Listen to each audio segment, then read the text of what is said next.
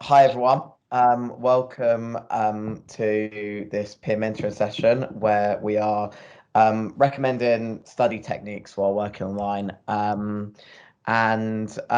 introduce ourselves, I'm Joel Levitan. I'm a third year aerospace engineering with pilot studies student, and I'm obviously a peer mentor. And now I'll pass over to Jade, I believe. Yep, I'm Jade Harinchuk. I'm a fourth year geology student, and I'm also a peer mentor. Hiya, I'm Rose, and I'm a third year maths and philosophy student, and I'm also a peer mentor. So just to get started, I'm just going to talk through a few things that I find useful while studying online. So one thing that constantly comes up, which we constantly talk about, is to get engaged and to feel like you're actually part of a lecture while online, is to actually get dressed, get up, get dressed, and be like you're actually at a lecture. So a lot of students find it very easy to get into the routine of just staying in bed watching a lecture. But we've discovered that when you get up and when you actually get dressed and get ready and like you're actually attending a lecture, it makes you concentrate more and increases your productivity. So my first recommendation would be literally to treat an online lecture like a real lecture, like you're actually going in. The difference is you don't have the travel time and you're not actually there in person, but you're still there via Teams or Zoom, whatever this may be. And so I recommend really still trying to put that effort in to get ready, because then also you'll be happy to put your camera on and happy to have your mic on, and this just makes you more productive in general. Another thing I can also say is make sure to have some sort of pad, or if you have another device such as an iPad and or whatever, have that up as well to make notes. Making notes online is just as important as making notes in person. A lot of students feel that because you're using something online, you can just you just don't need to make notes. Making notes is still really important, just as you would in a normal lecture. And so I just highly recommend that as well. And this just really improves just your productivity while working online. And yeah, I mean, obviously everyone prefers being in physical lectures, but th- this is what we're working with this year, and these are the techniques that I found have been really useful, and I know other people have found really useful. So I'd really recommend trying them out if you're struggling with the whole concept of an online lecture. So yeah, so just make sure to treat it like a normal lecture, like a physical lecture, and get up and get ready. That doesn't mean you can't have the odd day when you want to fancy a lay in and fancy staying in bed just watching it from bed. But in general, try to get up and try to teach it like a proper. Try to use it to try to make it like a proper lecture. Um, and then obviously make sure you have your note. Make sure you have something to write notes on as well. I said don't just sit there and sort of follow along. Sort of just make sure you're actually writing down the notes, and if you feel that you need to, because that just generally improves how people take on board information. So yeah, that's about that's my stuff. Now I believe, Rose, did you want me to share your screen? Yes. Or your thing? Okay. Did Kate, did you send through the thing to me? Yeah, Joel, it's in the chat. So if you go to the chat on this meeting, so it's the square with the lines in, it's just there. So Jade sent it through. Uh, okay, bear with. Okay. Currently, I need to sign into my university account to access it. No worries. As like the two students who are in the session, have you got any questions so far just on, or have you got any kind of pointers on what you don't like? You can just don't feel like you've got to put your camera on. You can put this in the chat. I mean, what don't you like about this and kind of working online? Is there anything that kind of really sticks out for you that you could highlight with us today?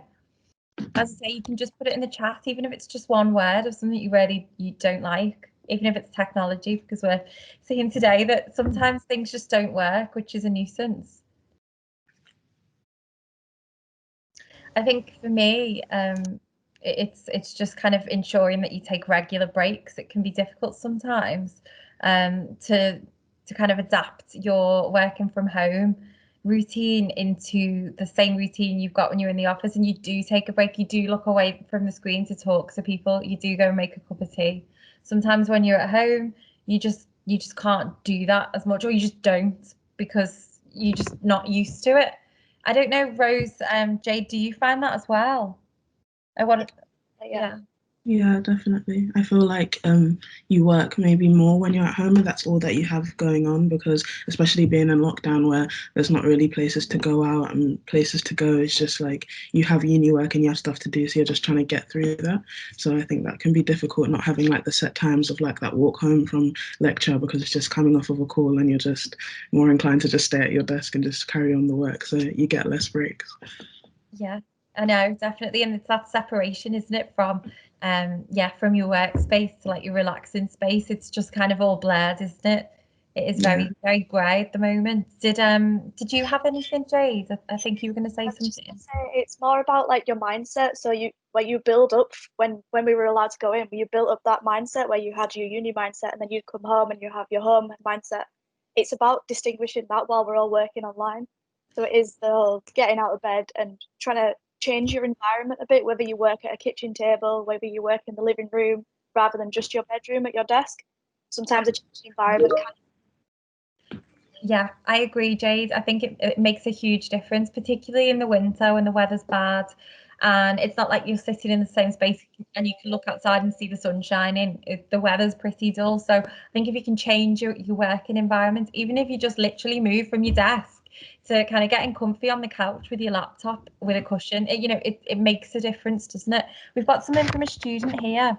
I find it harder to set routines. Normally we'd be going onto campus for lectures and be able to stay there between lectures and other talks and talk to our friends, or to do work on campus, especially working together in groups and finding it harder online. Yeah, I think it's very much more independent. I don't know if Jade, Rose and Joel, you've got anything to say about that, but it's very much like you're kind of out there on your own in your own home space. I don't know if you've got anything to say about that.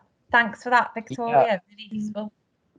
One thing I can say about that is, yeah, so obviously when you're in person, it is a lot more social, because obviously you're constantly with people, and then you can go away from lecture and possibly do work together. One thing I can say to that is the university has widely bought has bought for the whole of every student at university and every staff the premium subscription to Zoom. So every single student has unlimited access to Zoom throughout the university. So if there's no so you can still, after a lecture, if you want to, I know Teams is limited to staff only giving out a specific room, but obviously on Zoom you can just create your own meetings, and so you can do this, and you've got the unlimited Zoom meeting, like all the professional tools as well that's been built within Zoom. Obviously you can just use standard like, I don't know, Facebook chat, FaceTime, you've got all that kind of stuff as well. But it's just having to adapt to using that instead of just meeting in person, really. Just having to meet online. Yeah, that's my advice, I'd say. Yeah, I think going back to what we were talking about changing your workspace, I think that's important, so that if you were kind of having a social catch up, making those distinctions. So, okay, if I'm going to have a coffee with someone, one of my friends, and a catch up, I'm not going to sit at my work desk. I'm going to make a conscious effort to go and sit on my bed, on the couch, on the floor, anywhere. Do you know what I mean? I think it's little things like that can make a difference. And of course, I'm not saying I practice that. I don't practice what I preach. Sometimes you just forget.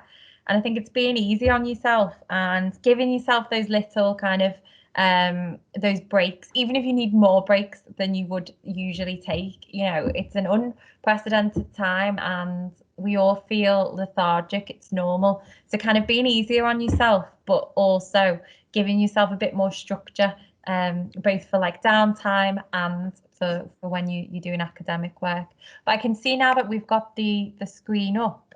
So if Rose and Jade want to take over, and Victoria, if you've got any more questions at the end of this, please also share a slide on how you can contact our mentors as well in the future with any questions. If you need more support around this, they might be able to signpost you in, well, they will be able to signpost you in the right direction. Okay, so I'll hand over to you now, Jade and Rose. Right, that was a great segue into like my first top tip for studying, Kate, when you said about the routine, because the first one of mine is to create that solid routine. And I know that it can ensure that you have more productivity and create like a stress-free environment when you repeat like different steps every day. For example, whether that's just waking up and having 10 minutes of a cup of tea or coffee and just chilling out before you start your lectures, I feel like that sets a good tone to carry through into like your academic work as well. So I find that I make a lot of lists on my phone of things that I want to get done throughout the day, and every day there's something that's the same, which is like FaceTiming with my friend or getting exercise in. There's always something to break up the strictness of academia. And I also try and go to bed quite early in the week, and just to keep into that routine, because I feel like when you don't have lectures every day, with like my timetable, I think I only have lectures Monday and Friday. So in the week, it would be easy to fall into the habit of just going to bed late and not having to wake up early. But when you have the weekend to look forward to, and you set that routine of going to bed earlier, getting into your work, and then going into the weekend and having some more free time, I feel like that creates like a more realistic like university feel. And the second one for me was making your workspace exciting. So I study maths and philosophy, and I was meant to be coming back to Liverpool.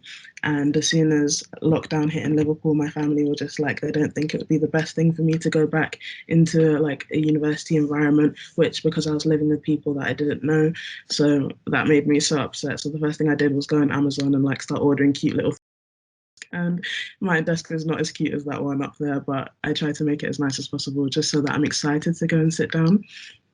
Having like post-it notes to just make you feel like professional, and just keeping it light, because university, especially third year, can get quite heavy in content, and just the lack of social like time you're having. It's just nice to have like the little things to make you feel like, oh, it's nice to go and sit at my desk and make it all nice and aesthetically pleasing. So yeah. That's a really nice little image you've got there as well, Rose. Yeah. Sorry, on Google, and I was like, I would love my room to look like that. Yeah. Really nice. The third one for me was group chats. I feel like they've been so crucial for my learning right now, especially doing maths, where it's not really like there is a right answer for a lot of the questions. So when you're being able to work through it, like it's different in lectures where I could just ask my friend next to me, oh, what did you get for that? And what did you get for that? Like it's not the same. So we've been having like Zoom calls that have been set up through social media chats. And if you haven't found a chat yet on Facebook or WhatsApp or something, you can always message someone privately in the chat to say, oh, do you want to start a group, and branch out that way. I feel like it's more important now than ever to stay connected, especially when it comes to academics, because you can feel quite alone. And when you go into the chats and everybody's saying, oh, I'm finding this hard as well, it's like, oh, I'm actually not alone in this, so you can work together. So the chats are on Facebook mostly, that's where most of mine are, but I know that some happen on Instagram and WhatsApp as well. So you can definitely get involved and make sure that you're not alone when you're studying. But yeah, those are my top three, and you'll be hearing from Jade now, who's got another great slide. Oh, thanks, Rose. Really useful. Thank you. Yeah, so I guess I just wanted to talk about what has helped me for the past 3-4 years. So the main thing that's actually helped has been trying to keep track of my deadlines, where I am in the semester, and setting myself weekly goals. So on a Monday, it's quite typical to set up the task for the week. So I keep a diary and I'll put what I want to do for each day on of the week on a Monday, and then as I go through the week, I'll take them off when I've done anything that I've set myself too much to do on a day, or I want to do more on a day. I'll add that in or add it to the next day, so that I've always kept track of what I'm doing when I'm doing it. I find that quite useful. Another thing, kind of keeping track of your weekly tasks, is to make daily lists. So not just have a weekly overview, have a daily overview. So what you want to do in that day, and don't feel like you have to do it all in that day. If you've set yourself too much, then definitely don't. Like some tasks take longer than what you think they might initially, but some might take less, so then you can do another thing in a day. It's just all about like making sure that you're keeping track of your own like work rather than relying on anyone else to be messaging you, being like, have you done this, have you done that? Then you can keep track of it yourself. I think my second suggestion was more the organisation of your lecture notes. So I know that a lot of people, when we were in lectures in person, do notepad notes. So you get in loads of paper, and sometimes you lose those notebooks. Sometimes you've got too much paper that have been ripped out that you don't know where they are. It's quite difficult to search through notes that you've done weeks ago. So I think my suggestion for this would be to do your lecture notes online while you're doing the work online. So I use this Microsoft OneNote.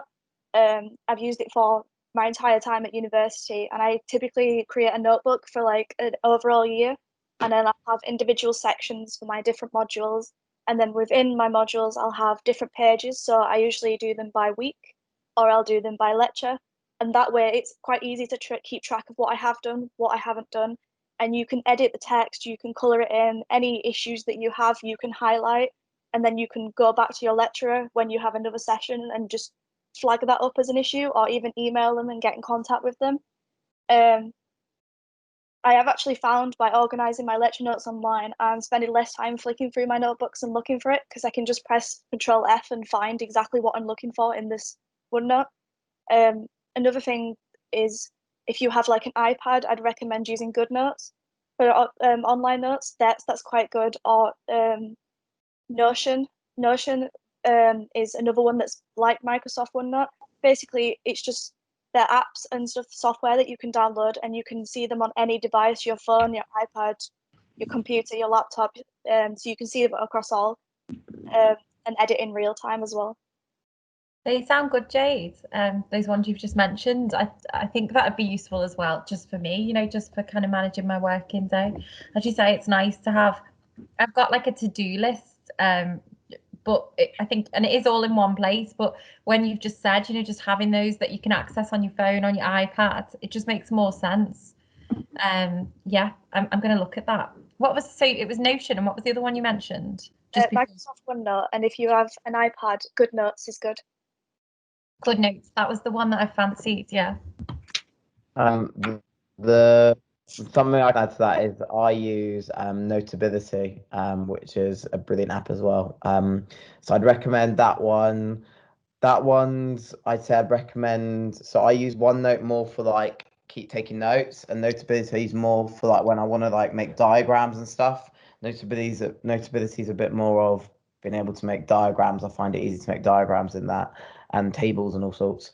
Also, one thing I can add to that is just on your phone, use the Reminders app. I use the Reminders app. I don't personally keep a diary, but I use the Reminders app, and I have all my reminders on there, and it just works for me because my phone, a notification pops up whenever I've got something to do, and you can set when you want the notification to pop up. So for instance, you can set it to pop up a week before something's due in or whatever, and then it will pop up for a week before it's due in, and then you can just tick it off. So the Reminders app is really, really good.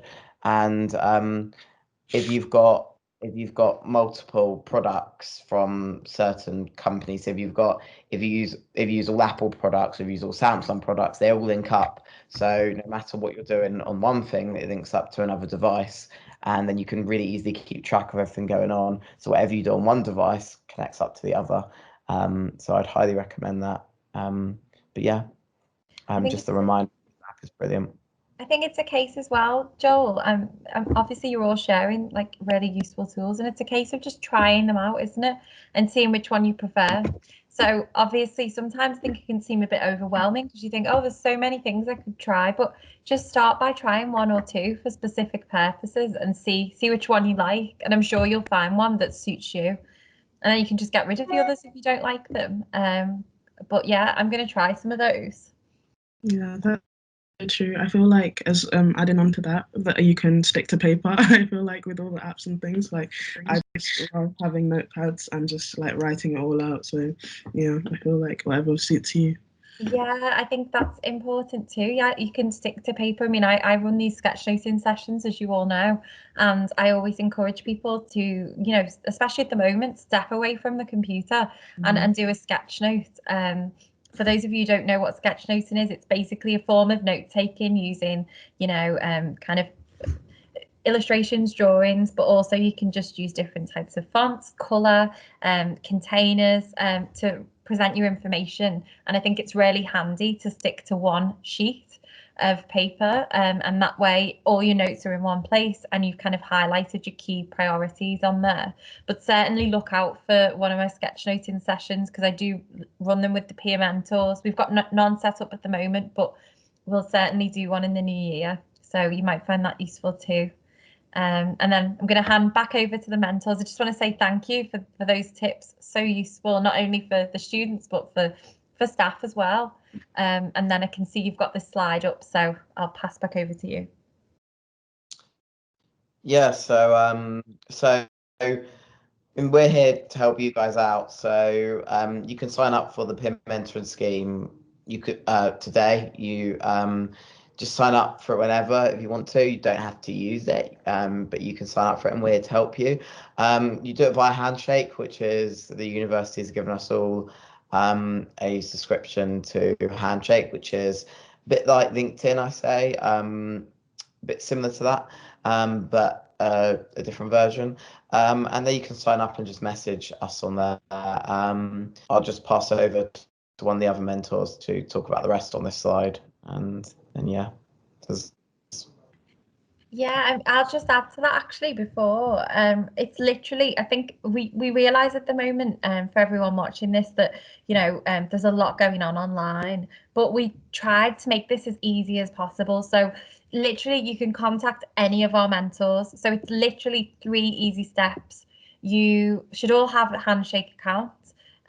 You literally click on the link that's shared, and basically you will see a full list of mentors, and then it's just a case of sending them a message.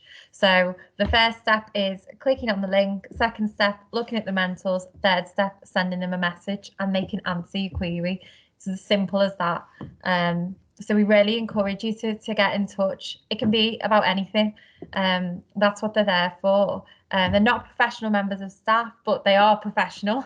And they've got so much knowledge, and they can signpost you. And when I say not professional members of staff, I just mean that they're there to signpost you. So they might not have all the answers, but certainly none of us do, and they will know who they should direct you to if it's more kind of a professional level of support that you need from student welfare advice and guidance, the international team. But most importantly, if you just want to chat, they're there as well, and they have been through the same things you're going through, or we're all going through now, and they can kind of give you that first-hand, you know, information or advice as well. I don't know if Jade and Rose have got anything they wanted to add. Just echoing what you said, really, that there's no such thing as a stupid question. We're literally here to answer your queries anytime, and like just keep on going. And I know that it can get really hard with like coming to adjust with academia and everything. So knowing that there's a friendly face just to be there for you in any way, like we're here. Definitely. Yeah, even if people just want to ask us where's good in Liverpool, like it's simple. We can answer them questions. We're all 3rd and 4th years. We've done it. We've been there, and we're here to help, basically.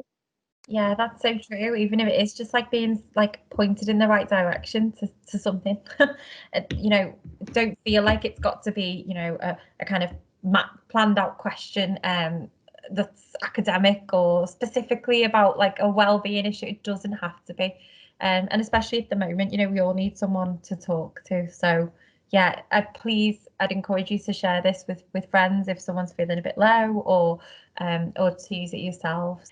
We've got an up scheme at the university, and you can check to see if you're eligible via Handshake. So the up scheme's really worth looking into. As part of the careers and employability team, we have the up scheme. So up is short for Unlock Your Potential, and it sits within the careers and employability inclusion offer.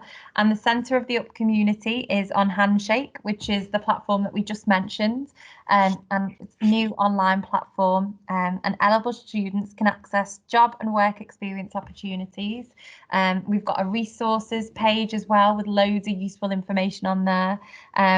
So yeah, tailored careers resources, one-to-one career support as well, exclusive careers events and applications for our £300 employability support award as well. So it's really worth looking into to see if you're eligible for the ESA award. Eligible students are listed on here on this slide. So we have recorded this session, so you can come back and look at this slide. That's why I really wanted to share it. And the mission, I suppose, for UP is really simple. So it's to level the playing field for students and ensure that we're offering, you know, the same level of support for all students across the university, and that the equality of opportunity as they plan their future is the same. That's so important, both to me individually and to the wider university as well. So the aim of UP is to work closely with students, employer partners and university colleagues to design a series of bespoke activities that deliver true impact for every student. So it's definitely something to look into. You can look on Handshake specifically at UP, as I said, and refer back to the slide as well for more information. Thank you for bearing with us there. But yeah, thanks everyone for attending the session. If you've got any questions for Rose or Jade or Joel, you can actually find them on Handshake on the Peer Mentors page if you want to get in touch with them that way.